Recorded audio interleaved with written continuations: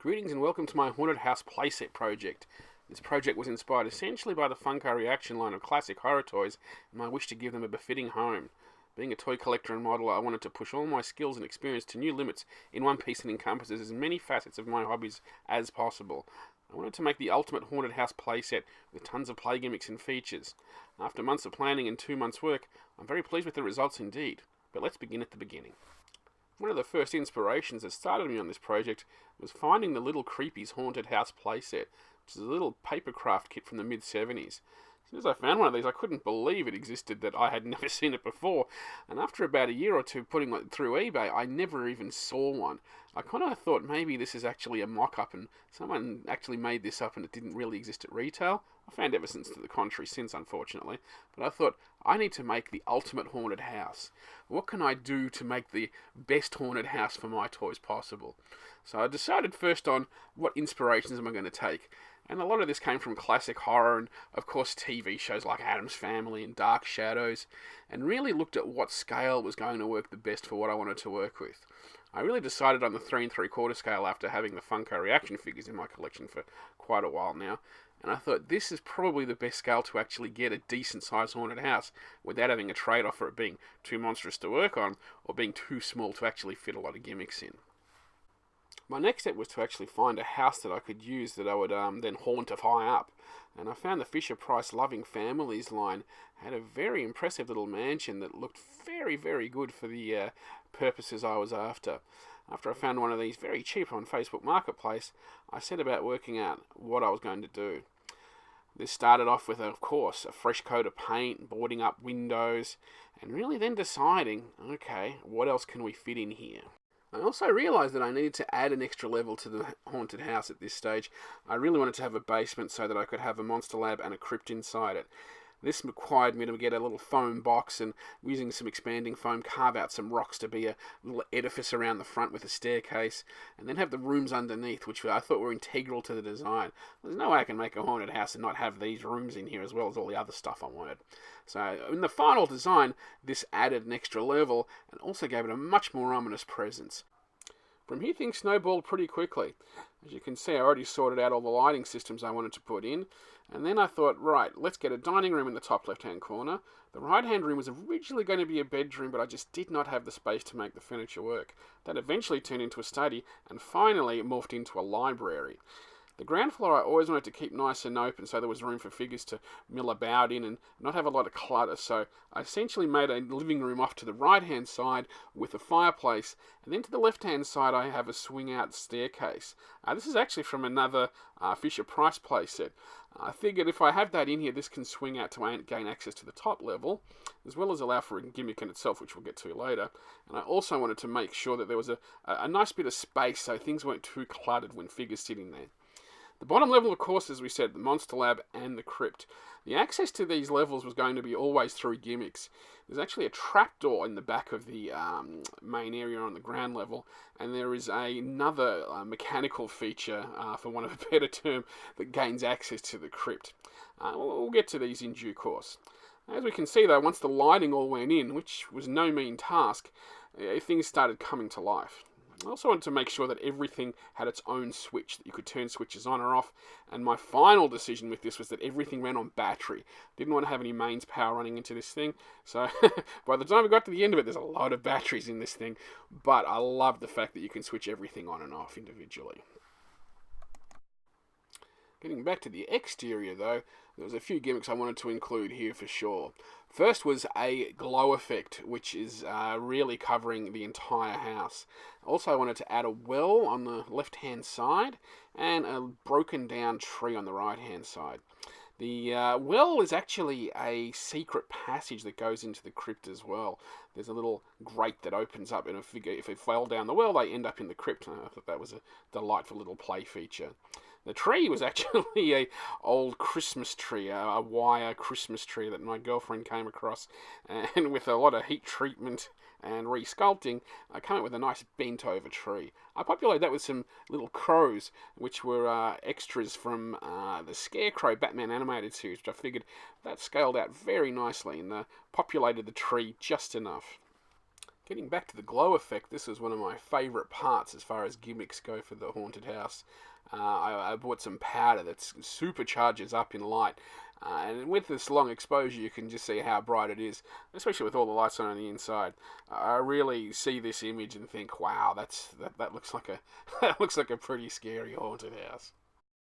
Moving back inside to the final configuration of the dining room, this was lots of Playmobil furniture from the Victorian mansion, I believe, that was pretty heavily customised to fit 3 3/4 scale. There was a lot of work in here that I had to do, but it came up really nice, especially like the rotten food and rats scurrying around the dining room table.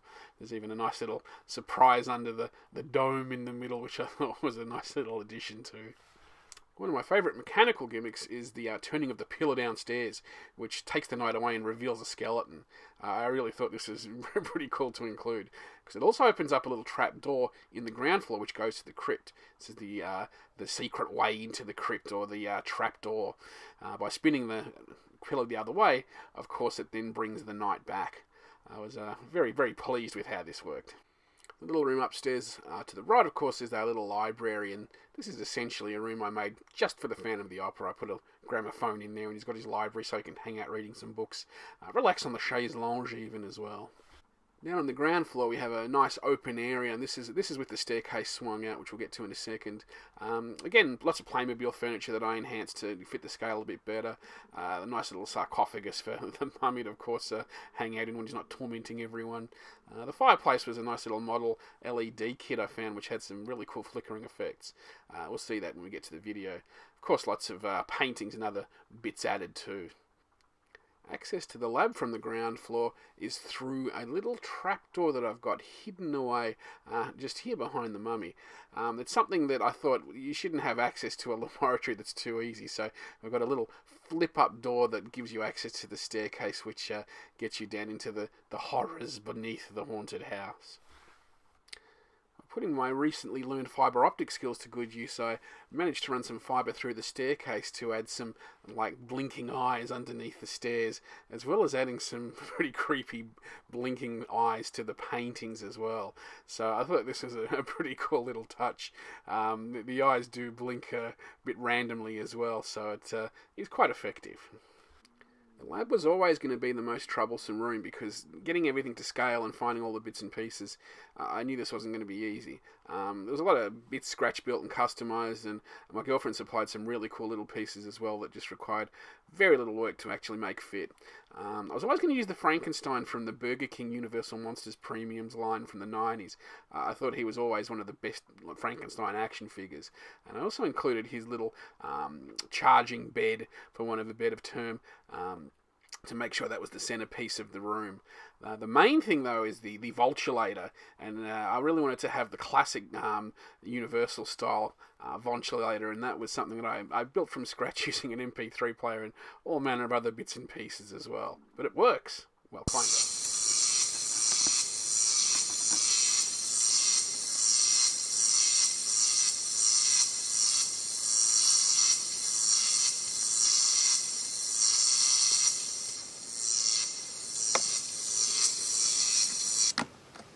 As a play feature, I reckon that's pretty hard to beat. I was really happy with how the Vultulator turned out, and I customised the bed that came with the Burger King Frankenstein to include the coloured LED as opposed to the green one, which had died over the years, unfortunately. So it was a really nice little addition. I thought that finished off the lab beautifully. The dangerous sounds effects of the Vultulator combined with the lights, yeah, you can't beat lights and sound gimmicks.